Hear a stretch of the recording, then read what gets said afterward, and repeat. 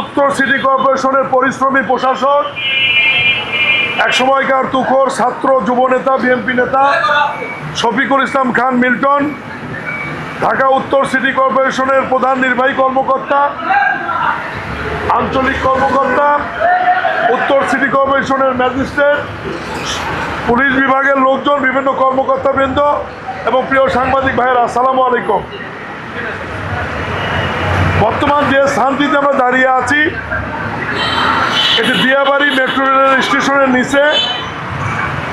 এই জায়গায় উত্তর সিটি কর্পোরেশনের পক্ষ থেকে কোনো হাট ইজারা দেওয়া হয়নি।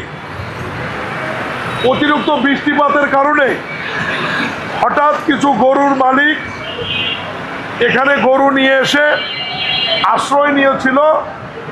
পরপর দুই দিনই সিটি কর্পোরেশনের কর্মকর্তা প্রশাসক নিজে এসেছে ম্যাজিস্ট্রেটের সহযোগিতায়। আমরা তাদেরকে এখান থেকে সরিয়ে দিয়েছি এবং ইজারাদারের জরিমানাও করা হয়েছে।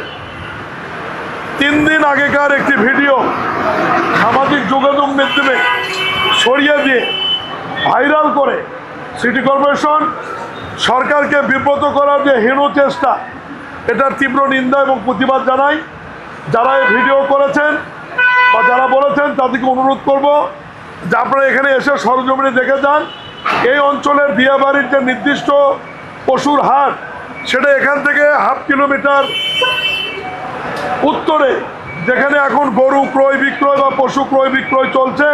আপনারা সাংবাদিক ভাইরা দেখেছেন অতিরিক্ত বৃষ্টির কারণে গরু এবং ছাগল যা ভিতরে প্রবেশ করেছিল আমরা সরিয়ে দিয়েছি।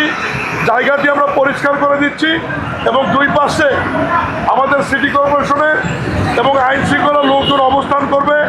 অবশ্যই দেশের এই গুরুত্বপূর্ণ স্থাপনা মেট্রো রেলের স্টেশনের আশেপাশে কোনো গরু ছাগল বা পশু আসবে না, ক্রয় বিক্রয় হবে না। আমাদের অন্য কোনো মন্ত্রণালয়ের মন্ত্রী যদি ভুলবশত তথ্য না জেনে বলেন যে এটি উত্তর সিটি কর্পোরেশন ইজারা দিয়েছে, তাকে আমি বিনয়ের সাথে বলবো যে কোনো তথ্য না জেনে মিডিয়াতে কথা না বলবার জন্য অনুরোধ করছি।